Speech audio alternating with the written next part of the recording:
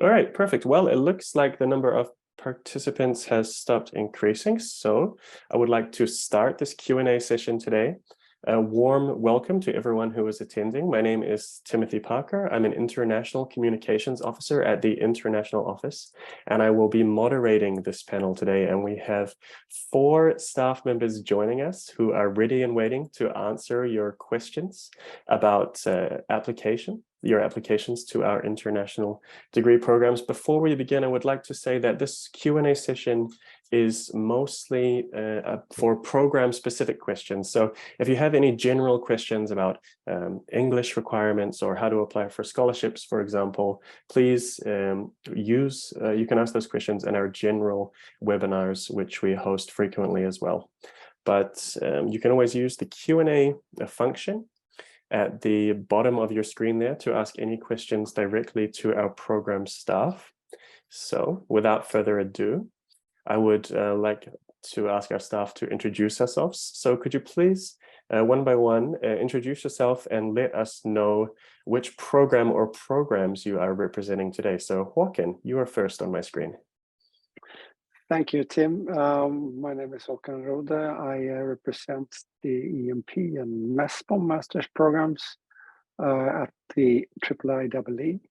I've actually been part of founding both of those 27 and 18 years back, and I've been working with them continuously. So I'm a senior lecturer. I have an engineering degree, and I kind of teach mostly industry-focused courses and our applied courses. Thank you so much, Håkan. And Nauko. Hello, everyone. Great to see you, though not seeing you yet, but I'm so happy that you're there. Together with Håkan, I am representing the EMP Environmental Management and Policy program, as well as the Erasmus Mundus Masters in Environmental Sciences, Policy and Management, MESPOM, which is the joint master's program with 3 other universities. At the moment, I am serving as Director of Study, which is in charge of basically all the education activities at the International Institute for Industrial and Environmental Economics, which is the place where we are having those 2 programs. My usual teaching is in the policy area, so we also meet in that capacity as well. Thanks. Thank you so much, Nauko. And we also have 2 other staff joining us today. So Anne, could I ask you to please introduce yourself first? Yes, thank you very much. Here at my side, I have Amanda L, who is our course coordinator for LUMUS. So we are representing the LUMUS program. My name's Anne Janik. So I followed LUMUS way back in time. I wasn't part of the founding team like Håkan was, but at the same time, I was founding part of the founding team for the Master of Asian Studies.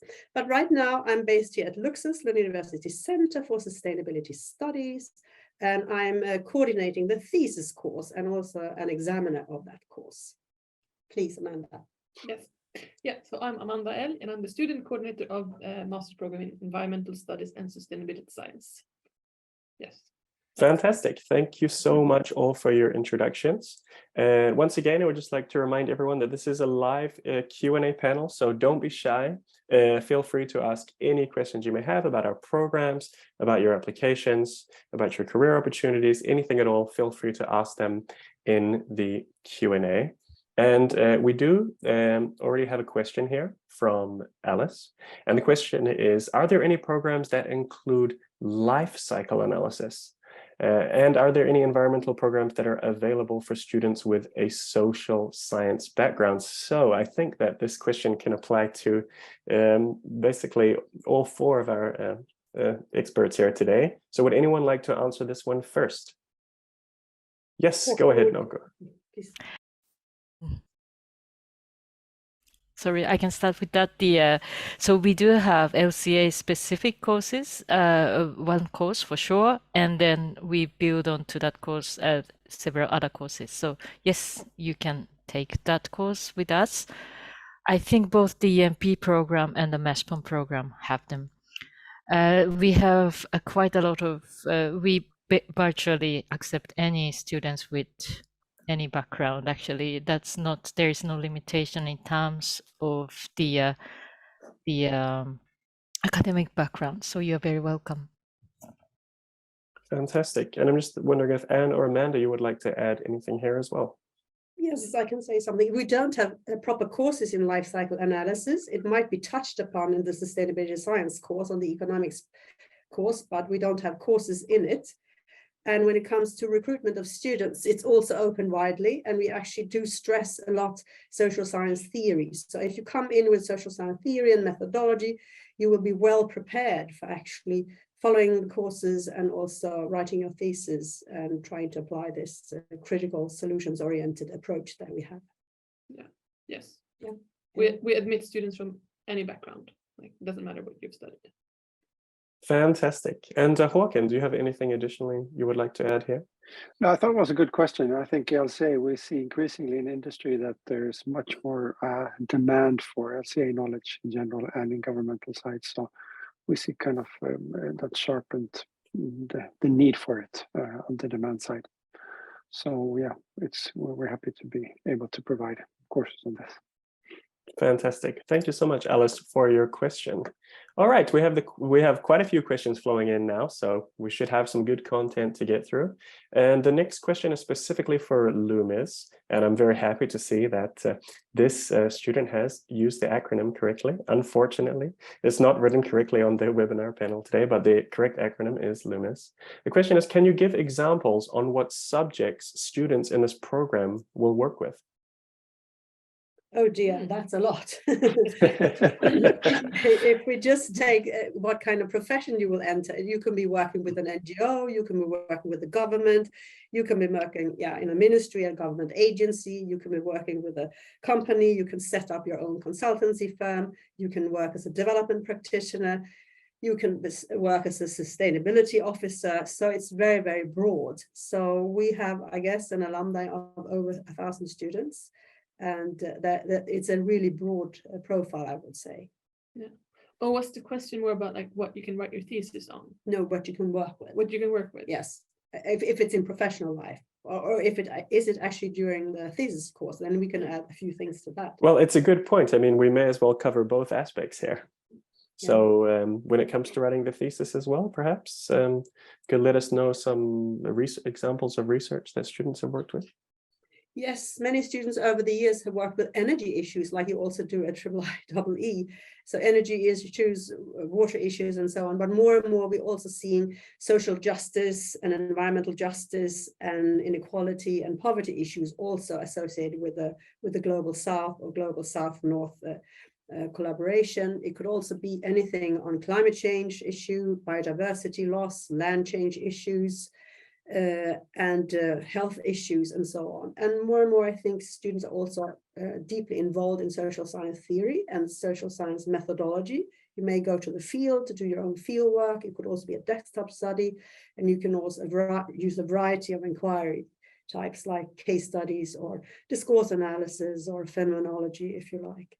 Yeah, and all of our theses are published on the website. So if you go to Loomis, not Lucem, loomis.lu.se, and then you click on the 4th semester, and then you find a link to Lund University student papers, and all theses are like publicly available. So, and I usually recommend students that are interested in the program to have a look at what are the things that are, well, not current, because when the thesis is up on the website, then there are alumni, but what have the students written about, to get sort of an idea of, okay, these are the projects that the end result of the 2-year master program here. Yes, and increasingly we also see students dealing with social movements, looking into and studying various types of social movements, be it for climate, environmental change, or whatever grassroots movements, both in the global North and also in the global South. Fantastic. And thank you so much for that answer. And I'm just thinking that question is probably also applicable to EMP and MESPOM. Håkan or Nauko, perhaps you would like to weigh in here as well.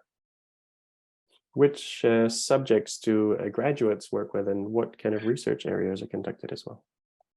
Okay, let me have a go with the what people work with then in a bit, and you'll find our graduates very broadly moving into consulting, into industry in various roles, into government positions, NGOs, the international organizations, and then of course academia for PhDs.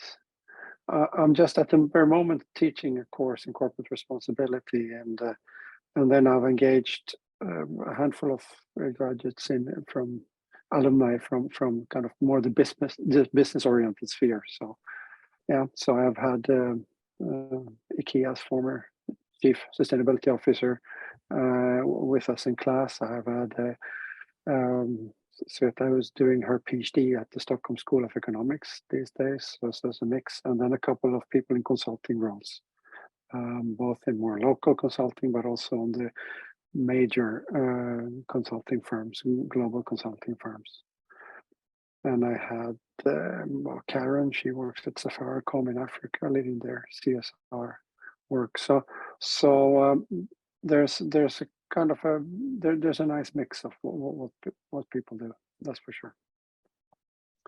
And maybe if we had something about the thesis topic, just as Loomis, we have rather diverse topic, but in addition to energy, maybe another strong things coming up is circular economy and resource efficient oriented stuff. And then again, just like Håkan was highlighting, we have rather strong focus also on two strong focuses, and one is on business and another is policy.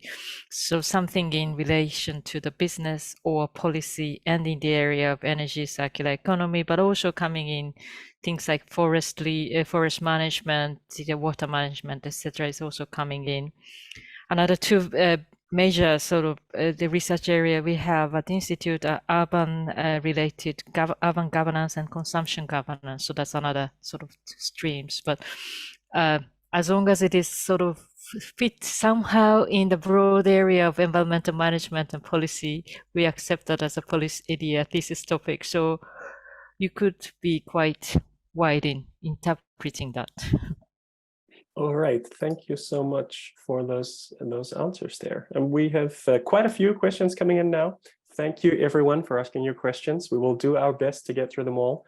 I noticed a very good question here from Bao, who says, to the best of my knowledge, LUMES is a very interdisciplinary field where students from different backgrounds can join. So what is the top quality or characteristic you are looking for in an applicant?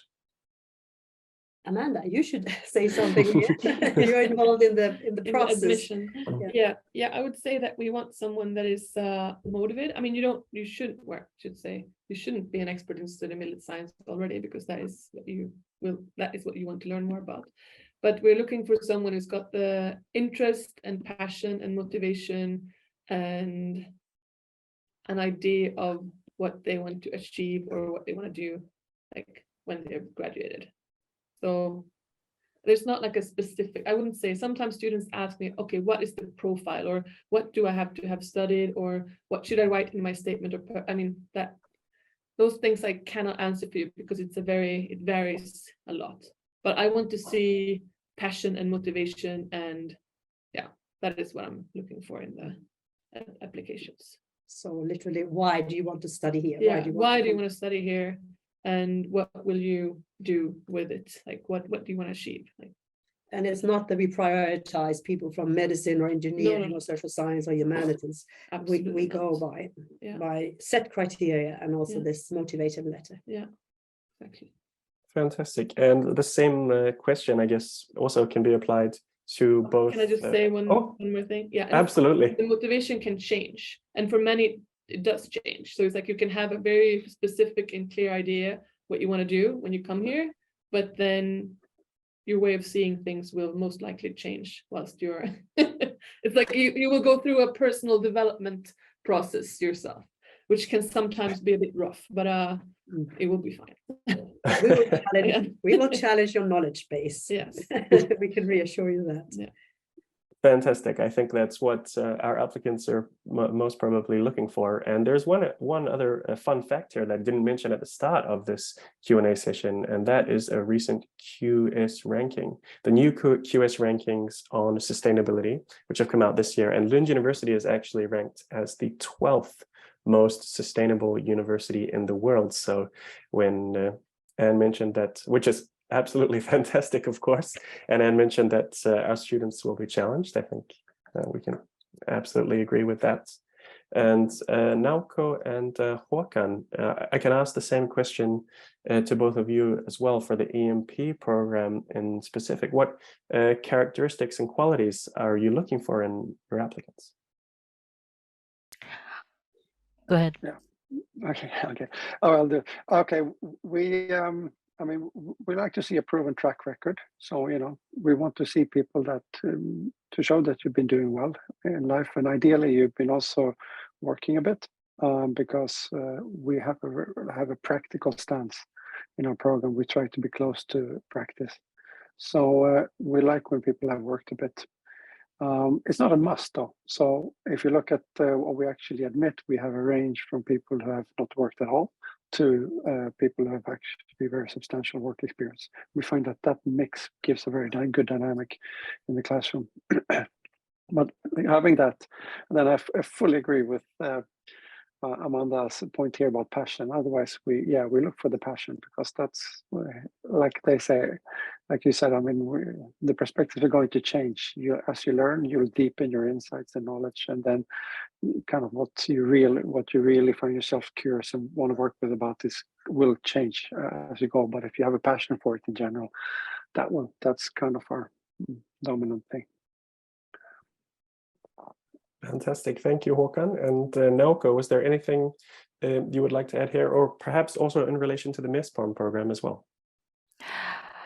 Well, yeah, I mean, for the MESPOM, actually the selection process doesn't take place in Lund, but there's a sort of organized by the India accordance to the formality of the Central European University. But I think when we talk about what we are looking for, it's essentially the same. We are looking for merits in regard to your motivation. Your grade is definitely part of that, as Håkan mentioned, the track record, but also work experiences and like what kind of things people say about you. So reference that is also something we look for. But basically those four are the things we look at. And regardless of your background and so forth, we try to be as objective as possible when evaluating you guys. Fantastic. Thank you so much for those answers. I'm sure everyone attending the webinar today was all eagerly awaiting the answer to that question. And here's another very good question from Shannon, and it is asking about the overlap and differences between EMP and LUMIS, because I'm sure today some people attending this webinar perhaps are thinking about applying perhaps to both programs or want to know potentially the difference between them. So perhaps starting with Håkan, could you let us know perhaps what applicants should think about when considering this? Yep, great question. I mean, we've been developing the EMP and LUMIS programs in parallel over 25 plus years here at Lund University. So we have a long, strong track record of doing well. So, I mean, basically, of course, you're in good hands in both programs. We've been some distinctive differences, and I think if I speak on our side, what we do, kind of what's characteristic for our program is that we do more practical stuff. We have kind of a whole industry track. We say that the world is built by industry, and policy shapes how industry works, but industry does the job. So we have a significant focus on industry in our program, and we also have a focus on technology. So we teach both technology industry, and we go out to industry doing projects, both in hands-on projects in small teams out in corporations. And I think that's something that's specific for our program. What else, Nauko? What should we add? I think that's the most important. And perhaps if we just add MESPOM to this as a third dimension, MESPOM, one big difference, of course, with MESPOM and the EMP and the LUMIS is that while LUMIS and the EMP it's in Lund, MESPOM, there are 3 other universities involved. So it's 1 year in CU in Vienna plus the Greek at the University of Aegeans in Greece. The students have a choice of coming either to Lund or Manchester, and then thesis semester could be done in any of those 4 host institutions. So if you're into this mobility, that's the thing to go. Yeah.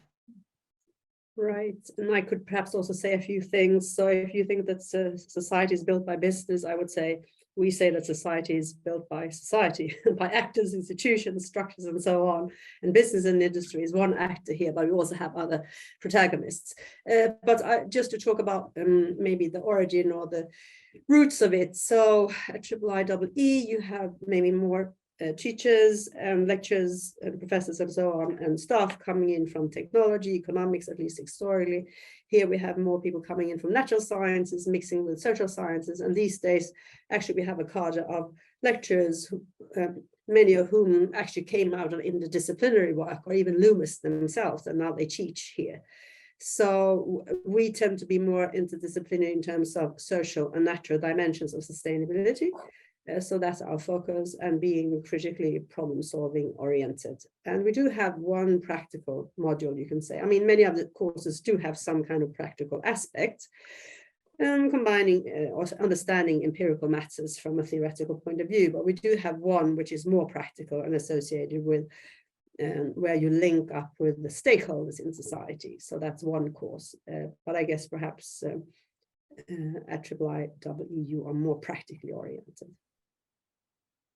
Fantastic. Thank you so much for those answers. That is a question that's come up several times here in the Q&A. So I'd just like to remind everyone as well, perhaps scroll through all the questions that have been asked before, because you can actually upvote questions so that they appear at the top of the feed, and then we can know which questions are the most popular. But building on that last question that we have just discussed, there's another very good question here from Charlie, who wants to know a little bit more about the structure of the year and the specific modules which are taught on the program. So Amanda or Anne, perhaps you could start by letting us know a little bit what the actual structure of the 2-year program will look like.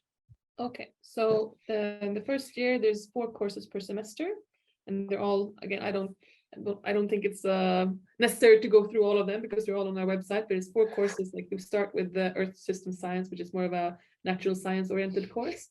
And then it's the social, what is it again? We've just changed names of the courses. So it's the Social Theory and Sustainability, which is, as the name indicates, more of social science theory.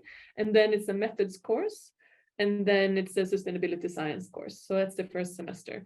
And then in the second semester, there's also 4 courses. And I should say that all courses are 7.5 credits, and you do 1 course at a time. So there's no, in the first year, there are no courses in parallel. So it's like 1 course, and then when that course is ended, then you start the second one and the next one and so on. So in the second semester, there's politics, it's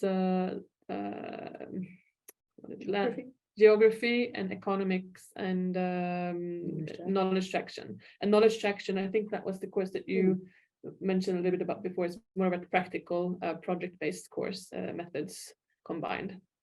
So that's the first year. And then in the second year, third semester, you do 4 electives.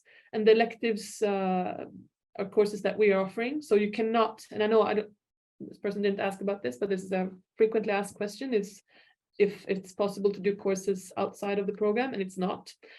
So we offer a variety of courses depending on how the availability of teachers looks at the moment. I mean, the courses are run by people who are also doing research here. So if the researchers are out doing field work or doing things, then the course cannot be offered. So it varies from year to year.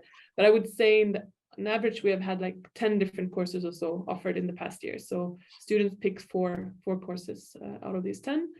And then in the 4th semester, it's thesis, and that's Anna's expertise. But the thesis course actually starts already early in the 3rd semester, where the students are asked to sort of start thinking about their project and submit a proposal and so on. And then the thesis supervisors are allocated in November, late November to, So the students, they start thinking about their thesis long before the thesis course actually starts. So. Yeah, so actually right at this moment, students and supervisors are getting to know each other. So you are well ready and prepared when the actual term starts in mid-January to get going with your thesis. Yes. Fantastic. So does that answer the question, or I definitely think it did. And just to thank you, Amanda.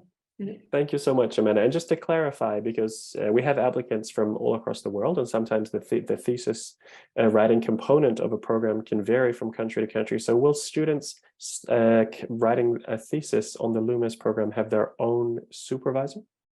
Yes, so we have in-house supervision. So all the supervisors are here, and most of them have met the students through some module or even have coordinated a course. So most of them are well known to the students. Some might be new, but they're all in-house. So you have your own supervisor, but not only that, you also, as your support, have a supervision group. So we group people or group students together in 2 to 3 to 4 students with the same supervisor. So you actually also come have the opportunity to do peer reviewing, peer learning, and also individual meetings and also peer sessions.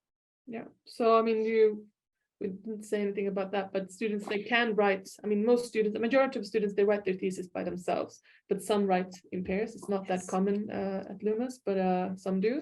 But you're not alone in the process. Like you are with your supervisor, of course, but also with your group of other students. So yes. So this year we'll have a few. We have over the years we have a few who write in pairs. We will have at least have one pair this year at least. But the majority, so yeah. Okay, great to know. And I think the same. I think that we probably do have some applicants attending today who are also curious about the structure of EMP and MISPOM as well. So Håkan, would you perhaps like to let us know the structure, or perhaps Nauko, whoever feels more comfortable asking the question about the structure of the EMP program? Okay, Nauko, why don't you take EMP? Sure. Yeah. We swap here. Yeah. So EMPs, so we have several blocks, starting with the fundamental blocks, which takes place mostly in the first semester. Basically, that's the block where we have everyone on the same line, because we have many different students with many different backgrounds. Some study economics, others studied technology, others studied maybe law, etc., etc. So we have courses on economics, technology, natural science, policy, etc., where people come to be on the same page, basically.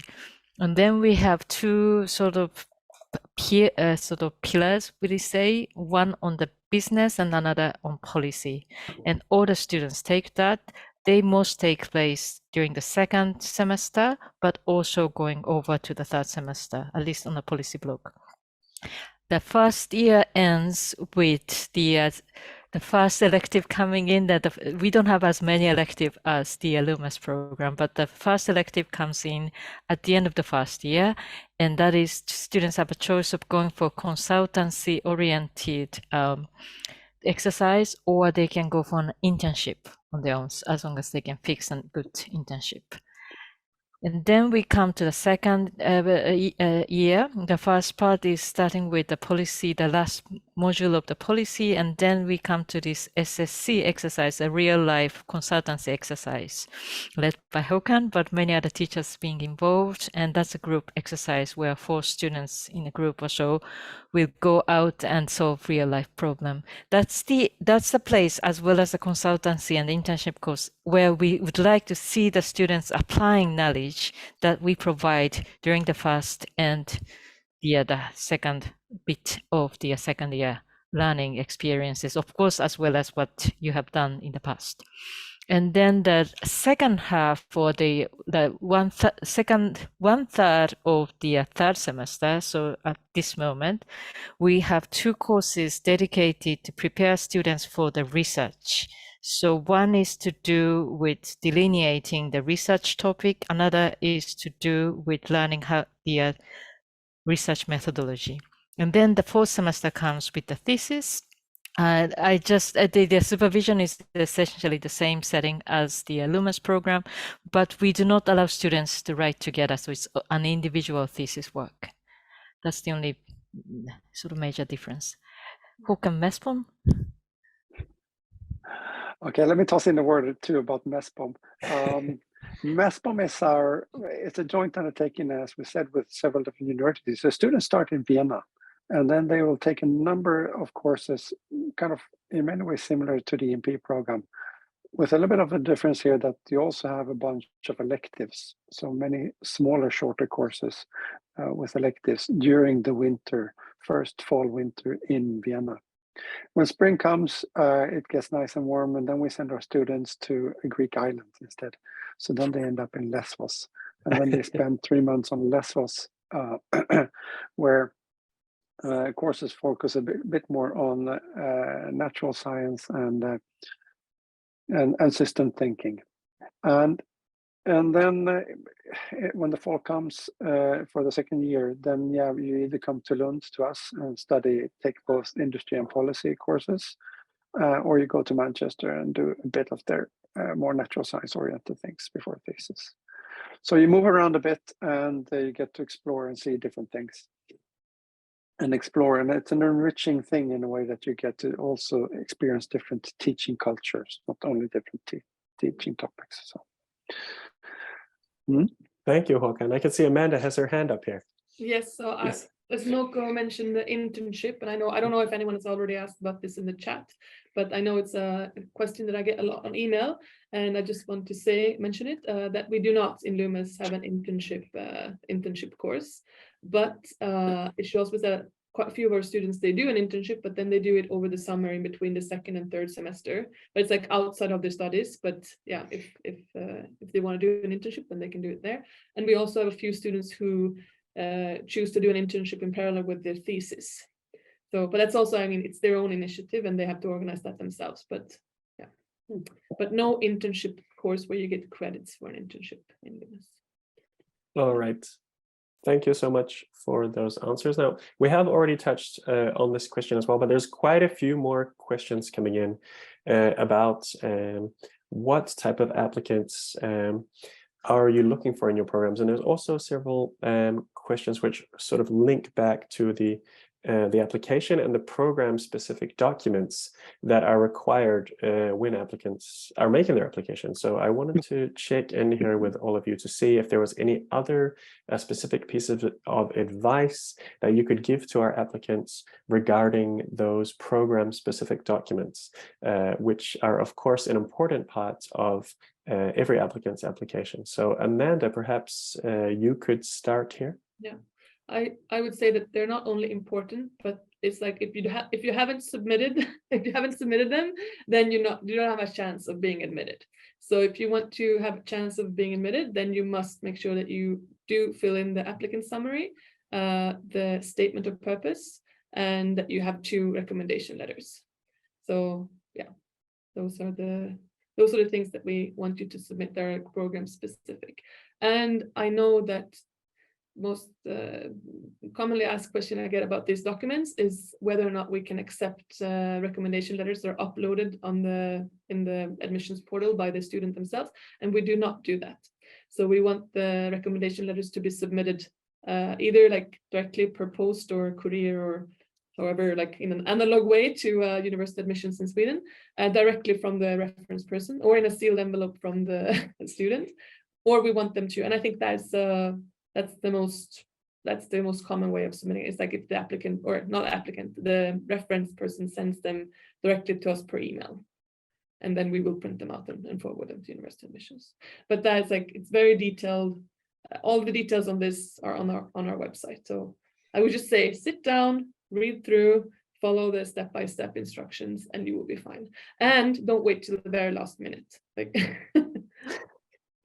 Yes, exactly. And I can let applicants know that the information is very clearly listed on the webpage for both Loomis and EMP on how to successfully and correctly make an application. Naoko, is there anything additional you would like to add here regarding the program-specific documents for EMP? No, except that really follow the instruction, and if we don't, for instance, see any motivation letters on your side, then that kind of show us that, well, you're not that interested in coming to us. That's the clear signal. So yeah, so we may still look at you, but the chances are lower that you come in. We also have as part of the application form, there's a place where you have the possibility to provide a video of your motivation, and it's just 1 minute, and it's definitely voluntary, so people have different sort of preferences on that, but it does provide us with a lot of information about who you are. Amazing with just 1 minute, but we would be very grateful if you put that as well, but it's a voluntary, that part. Anything you'd like that, Thomas? Sorry, Håkan. No, that's fine. Yeah, no, please just do your best and fill in the things so we can get a good understanding of you in our application process. Thank you. Amanda?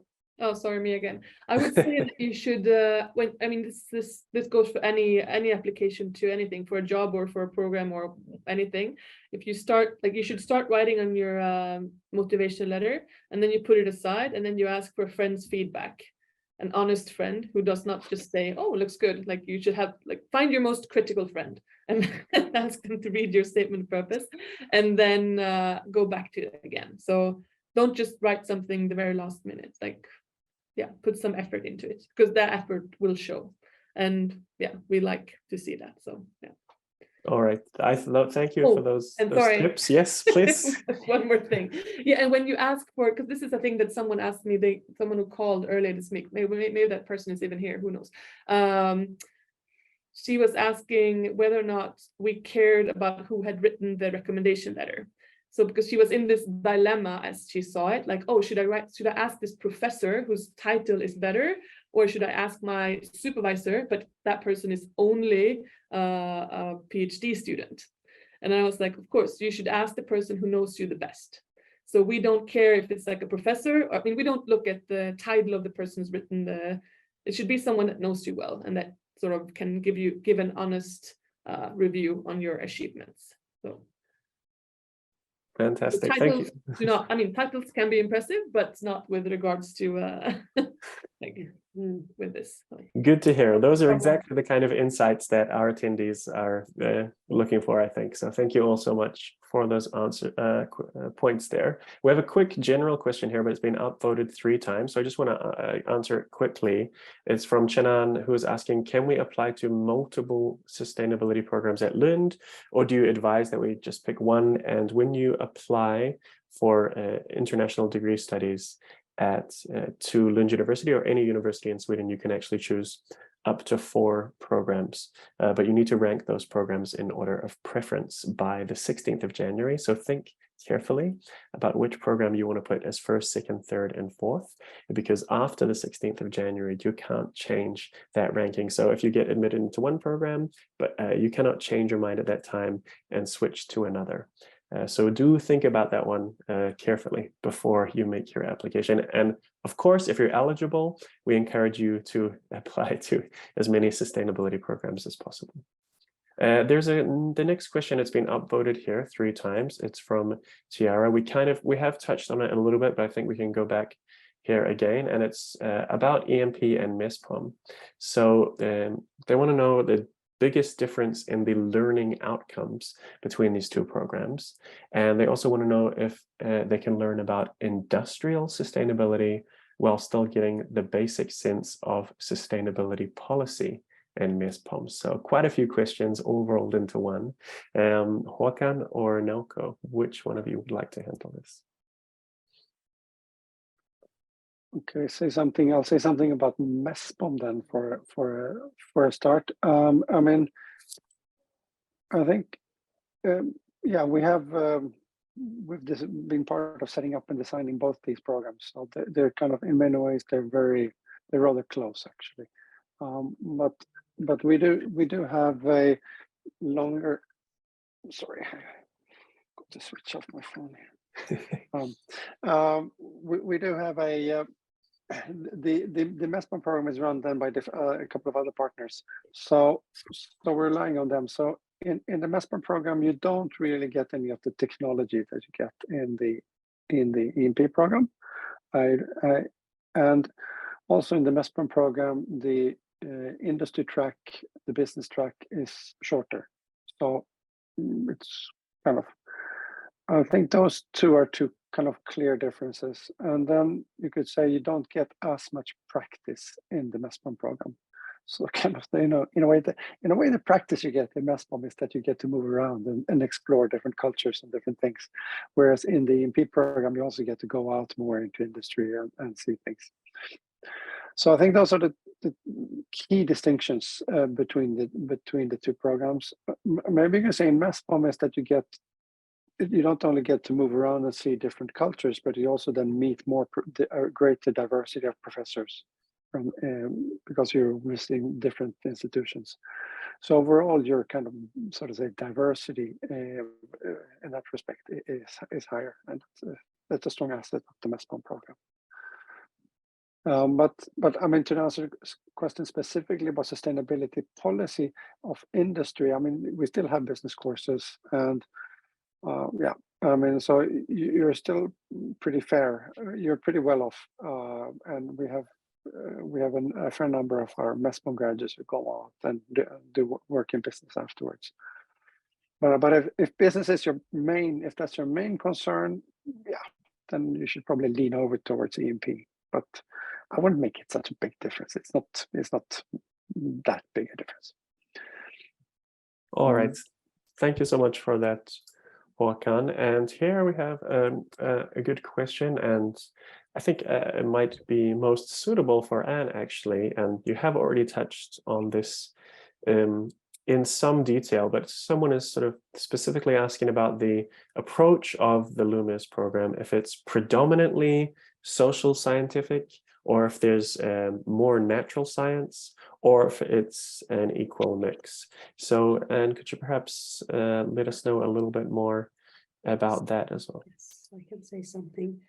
So, yeah, we have several teachers here from the natural sciences, but I would say that the main profile is that we start from natural science knowledge in this first course, as Amanda also mentions, of learning about the conditions for climate change, biodiversity loss, land use changes, and so on. So you learn about the main cycles, you learn about the main interaction, the main processes, you can say. And with that as a base, with that kind of knowledge, we can then move on to understand society in that particular context. So what does that mean? If this is what we know from natural sciences, what does it mean for social science? What does it mean for social interaction, social relations? What does it mean for poverty, inequality, justice issues, and so on?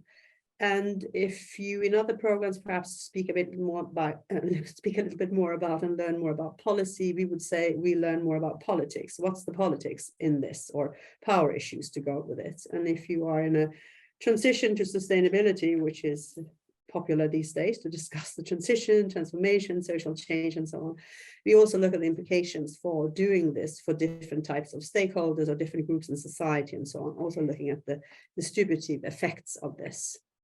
And yeah, so, and also just to say something on the industry part. So we see industry as an actor. Business, of course, is important, but we don't really see business from within. So we don't learn about these processes, like we also mentioned before, and like Håkan also mentioned before. It's more like seeing them as one actor. But it's preferably social science oriented, but we also deal with natural science conditions and processes and issues. And some courses among the selected courses, elective courses, will also have a slightly stronger natural science component. Fantastic. Thank you so much for that, Anne. And there is also a follow-up question on that note as well. A different question here from Ilva, who is currently in the last year of their human geography bachelor degree, which has predominantly had a qualitative research focus. And Ilva wants to know how much quantitative knowledge of quantitative analysis will be needed to study environmental studies and sustainability science. And she wants to know if she will need a background in quantitative analysis to succeed in the program. Amanda knows this, but there is no such, it's not obligatory. I mean, so we don't request, it's not a requirement that you know the quantitative methods or has such an approach. In our new methodology course, there will be a module on more like understanding statistics, understanding, if you read a text, you can understand what it's all about. If it's referring to quantitative aspects. But when it comes to the thesis writing, and most of the courses here, it will be sort of written narrative assignments often, and also the thesis. Most students will build on a qualitative approach, and also using qualitative methods within that approach. But it could, of course, but you're free, of course, to do something which is more quantitatively oriented. You can do a survey, or you can do a mixed methods approach where you maybe start from numbers and quantitatives issues and frequencies, and then maybe you will focus more on the qualitative side, but it's up to you. But it's not a requirement, so you will pull through if you're not virtuos in quantitative methods. That's reassuring for many applicants, I'm sure. And Nauko, perhaps you would like to just touch on that topic as well when it comes to EMP. Is it necessary for an applicant to have a background in quantitative analysis? Will that? No, not at all. It might help for some of the research, especially for the thesis work, and if you are interested in doing something of that, but definitely not a mandatory element. No is actually the case with the social science method either. So, but if you have that, a plus, but not required. Perfect. And Håkan, anything you would like to add here? No, not really. All right. Thanks. Perfect. Now we have 2 questions which have been upvoted a lot here, and I'm not sure how much insight we can actually provide here, but they are about the acceptance rates for the program. People would like to know how popular the programs are, how many people apply each year, and how many people are accepted. I'm not sure if that's something we can really discuss today. Oh, we've got some notes. Okay, perfect. Amanda, perhaps you would like to start for the Loomis program. Yeah, so I got the numbers for Loomis, and Okay. let's say that we have around like an average number of past years, it's around 700 applicants, which sounds like a lot, and it is a lot. But out of these 700, just above 400, around 400, 450, actually managed to submit all the documents, the ones that I talked about before. So it's like 400, 450 eligible applicants, or that we're actually looking at. And out of those, I'd say that 225 to 250 are good ones. That we sort of think like, whoa, this would be a good student for the program. And out of those 250, we offer a place to 90 students. And then, because we always have an over intake. And the reason for that is that the admission, you get your notification of selection results in, I think it's in late March or early April. 30th of March. Yeah. Oh, so it changed. Last year it was in early April, but now it's like it's earlier. Anyhow, and then you don't start until late August. So we know that a lot of students, things happen in everyone's life. So some of them will change their minds between the admission and the start of the program. So we hope that 45 to 50 students will actually sit in the classroom on the first day of class. So there were a lot of numbers there, but I would say that if you look at the number of applicants, then don't let that scare you. That's my the sort of what sums this whole thing up. Like, yeah. So out of the 400 eligible, 400 good applications, you pick 10%. Yeah. But no, I don't. Like you we're pick them confusing them here. Out of the 400 Mhm. something eligible applicants, 250 or so are good ones, and out of 250 we offer a place to 90, and then 50 or so shows up. So yeah. Fantastic. Thank you so much for that insight, Amanda. And Nauko or Håkan, would you like to elaborate for EMP and MESPOM as well? Sure. For EMP, it's about 600 applicants we have the last several years, and out of that we have less intake compared to Aluxas. We try to have a classroom of somewhere around 30 to maximum 35 or so. So when we look at the final number, it is 1 in 20 students who have applied. But as also Amanda mentioned, not all the students are eligible.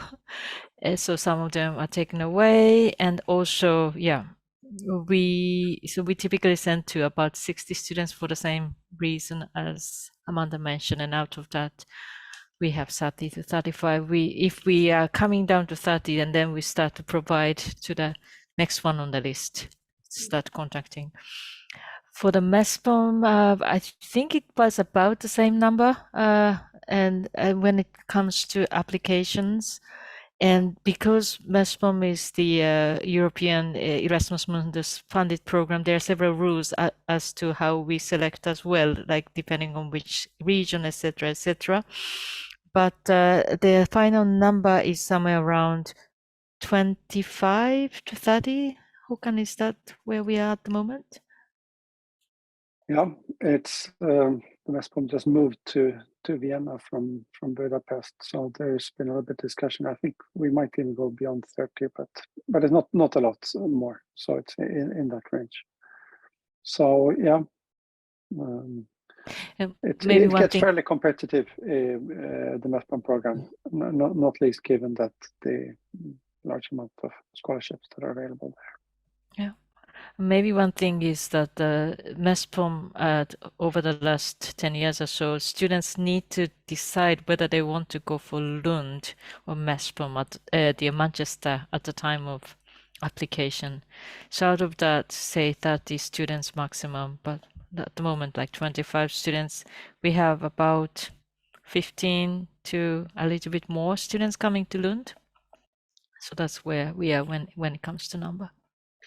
Fantastic. Thank you so much for those details. I'm sure that's really valuable for everyone who's making an application. And I think we can sort of confidently say that, as we've already mentioned, that all applicants should really spend a considerable amount of time focusing on their application and really ensuring that all their program-specific documents are as competitive as they can be.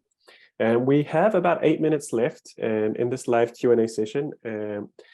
We still have 27 questions open, so I think it's safe to say that we're not going to get through all of them, although many of the questions that are still there are similar to the ones that we've already answered. So I would also like to say to our panelists attending today, if you can see any questions that still remain that have really caught your eye and that you really, really want to answer, you can just let me know and we can go ahead and answer those as well. I'm just trying to pick out what is perhaps the most relevant for everyone here. We have touched on the thesis, and we have a lot of people asking, again, if I'm eligible, people who have studied development studies, international business, architecture, and as we've sort of already mentioned, I think all of the programs have a very broad set of entry requirements. So would it be correct to say that it's perhaps a strength of both programs that they are very interdisciplinary, and that the interdisciplinary environment that you find within the classroom with the backgrounds of different students is perhaps also a strength of the program? Could we say that? Yeah, I think we can agree on that. And if you meet alumni, either at the conference we have every now and then, or if you happen to see them elsewhere in the world, and you ask them, so what is your most important experience for you from Loomis, or your take-home message? So the irony is that what people struggle a lot with here, saying like, oh, group work, there's too much group work. They would say, oh, I learned so much from group work. I really understand when I sit now in my professional life with a group of people. And if we can't reach a decision or a compromise, I realize it's because people come from different perspectives. We have to accommodate this. You have to listen to people. And you also have to understand that, you know, these perspectives also reflect where you come from in the world, or where you sit in your mandate. So this intercultural decision-making process, which can be slow, frustrating, and irritating also, is also a good learning process and a preparation for your future career, I would say. Fantastic. I can see Håkan and Nauko nodding in a very affirmative way. So could we say that you agree with that? Yeah, sure. I think, I mean, of course, this diversity it's a strength. I mean, we've learned, I mean, it's a bit of a challenge, of course, to teach a diverse classroom. So you have to develop your skills, and notably when we go into more specific topics and try to teach kind of technology engineering to to a broad range. You know, it's interesting, but we've learned how to do that well. So it is one of our strengths. I would also raise this thing about internationalization. I mean, I think currently in our building, which is the one behind myself here, we have 84 master students representing 42 countries. So it's a massively diverse, also from a geographic point of view. And out of those, 3 are Swedes. So it's not like we are a Swedish one. We're a truly international program. And that also reflects among staff. So you see here Noko from Japan, and I mean I'm one of the old Swedes here around still, but you have to keep the thing going. So it's like, but I think you come in and you really, as Anna noted here about group work, yes, that's an essential part of it, and you'll be learning how to kind of work with and truly understand people from all over the world, ranging from the professional parts in work, delivering tasks in a professional manner, to the more social and fun parts. We just had a small Christmas celebration, and they were baking from all over the world, and so on. So it's like it comes in more different ways, but you really emerge as an international person. I think that's really a beautiful asset of the program. I just want to add that so that you don't get super scared here, that if you are not having an engineering background, you don't need to be a person designing boiler in the future. That's not the thing. So meaning like you don't need to be a specialist in that, but you would have the basic understanding and the vocabulary to communicate with those people who have engineering background. The same with the policy. You probably don't become a policymaker necessarily, but you would understand the language of the policymakers and so. So I think that's the beauty of it. You have some general understanding of many different disciplines that is important for sustainability work in the future. Fantastic. I'm really glad we raised this point before the end of the Q&A session, and it sort of leads into one final topic which I want to ask our panelists about today, which hasn't necessarily come up in the Q&A, but I think is a strength of the program. We already touched on it a little bit here with the international dynamics of each class, but what kind of classroom environment can our future international students expect in your programs? Is there a camaraderie between the class? Håkan, you just mentioned there was a Christmas gathering. What kind of atmosphere can our students expect in these programs as well? So. Okay, let me have a quick one. We take that super seriously because, we want to work that. So we start with a kickoff of 2 days when we go out and see some nice nature and do team building activities together, and then continuously work throughout the year to build the team. So our batches, as we call them, are become very tight and have lifelong relationships. I'm in charge on coordinating our alumni program. We have 1,000 alumni now in 120 countries, and and every second year we have an alumni conference. So in April next year we'll have something like 150 alumni coming back to us for a 2-3 day conference for networking and updating. So that's something that we all look forward to, both staff and students. We're very keen to see where alumni go, and we do our best to stay in contact. Maybe just to add that Sweden is a very flat society compared to probably some of you who have a rather hierarchical society. We call each other between students and teachers with first name and so and so. So in that sense, also not only between the students, but also between the staff and the students, we try to sort of establish a strong bond, and that lasts for a long time.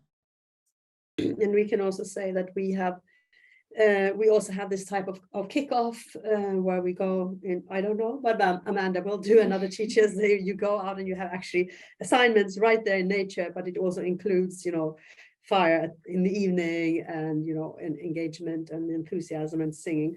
Then also I say all of our students here in these programs are privileged in the sense that they are in the same building, they have access to leisure rooms, lecturing rooms and leisure rooms at the same time. And that's a big privilege compared to many other programs. if you look at the acknowledgements in the thesis, many students will say, I mean, I can't imagine that I would make so many friends, professional friends and close friends during the program, and during, you know, whatever setbacks I had, I was really supported by my friends. Having said that, we can also say that sometimes there can also be, you know, political issues discussed in class. Like some years we have more feminists, some years we have more leftists, some years we have more vegans or whatever. So of course we can also have hot discussions, but you also learn from that and you grow from that. But I would say we also have a very close environment in that sense. Yeah, and I think it was you who kind of said that there's like, or was it you? Anyhow, it's like lifelong relationships that are built, and I see that all the time on social media. It's like you see all these like people, they continue seeing each other and they spend their vacations together. It's like they might have left us like 10 years ago, but they still stay in contact with each other and they help each other out, and are like alumni groups on Facebook and LinkedIn, and yeah, they're very. I think that's one of our biggest strengths. Actually, the alumni relationships and the sort of bonds, and they're made and last for. I don't want to say last for lifetime, because then I don't know, because we haven't been around that long. But it seems it seems to be a very nice thing. Yeah, we recently had a PhD who came out of Loomis, and at his party, I mean, at least 15 of his guests came out of his own Loomis batch way back in time. Yeah. We also have Loomis babies, don't we? I mean, some get married, so that will hopefully be lifelong a relationship. Yeah. Okay, well, that certainly sounds like a fantastic classroom environment. I'm really, really glad we touched on that point as well. Unfortunately, it's been an hour already. So that went very, very quickly. I want to thank all our panelists for attending today and all your insightful answers. And tips and advice. And I would like to thank everyone who has participated in the Q&A session as well today. I do apologize that we couldn't answer every single question, although we certainly did our best to cover a lot of topics. And before we go, I would just like to ask all of our panelists if there's any concluding thoughts or final messages that you would like to mention that you feel like we didn't touch on today. Mala, you have anything? No, I'm a very practical kind of person, so I don't want to get any emails on the day after the deadline saying that, oh shit, I just found out that I missed to do this and that, because then my answer then is, and I've written this a couple of times, like, well, I'm sorry that you missed this year, but then you're early for next year, because there's nothing that we can do. So just get started now and do your thing now, and stress so that you don't have to stress or be late later on. And of course, I mean, if you have any questions, or if there's something, it was a bit difficult for me to keep track of the chat, so I have to say I didn't do that and be here and present in this moment at the same time. But if there's any questions that we have not answered to, then you're of course very welcome to just email me at any time, and I will get back to you as soon as I can. So. And I also saw that some of you were interested in development, and you can of course include development at the nexus of sustainability and development, and especially your thesis, you can focus on something going on in the global south. But if you're truly and mainly interested in development, I mean, there are other programs at Lund University, so I shouldn't propagate them, but I mean, in case that's your main interest, there are also such programs. Thank you. Yeah, similarly to what Amanda said, there is a place on our website where you can send questions. So please do send questions when you didn't get the answer that you're waiting for during this session. I look forward to meeting you. I think that's my main message. I'm looking really forward to that. That's lovely. I think I also just want to stress that kind of Sweden and Scandinavia is by no means perfect in any ways in sustainability, but there are a couple of many things that we do pretty well here. So it is an interesting place to come and study sustainability. There is kind of a fair amount of good examples that we want to show off and discuss. Yeah, it's good. And you also find that the industry up here is approachable, so you can go in and learn from them in a nice way. So it's in many ways, Scandinavia is great for sustainability, and Lund is of course always a fantastic place to study it. help. Thank you, Håkan. And Amanda, I saw you had your hand up there once again. Yes. Just wanted to say if you have the vägarna förbi, as we say in Swedish, but how do you say that in English? If you pass through. If you pass through, then you're very welcome to visit us, of course. And if you're here, we would love to see you in class. I mean, you could just sit in and sort of get a feeling of what it is to be a student here. And if you want to get in touch with our current students, I'm super happy to facilitate that. Or on our website as well, we have all the not all, but it's there are many alumni that we link to directly to their LinkedIn profiles. So you can just click on their profile, and they have been agreed, or they have agreed on being approached by people who are interested in the program. So you could just shoot them a message and ask them whatever you want to ask them. So, yeah. All right, perfect. Well, thank you all to all our panelists once again for attending today. Thank you to all our participants for joining. And as we have already said, we hope to see you all in Lund next autumn when the next batch of international degree programs begin. So we wish you all the best of luck with your applications. You still have a lot of time to sit down and prepare and do your research and make sure your applications are as strong as possible. So we genuinely wish you all the best of luck with that. And we hope to see you next year in Lund. Thanks for today. Bye-bye. Thank you. Thank you. Bye-bye. Bye.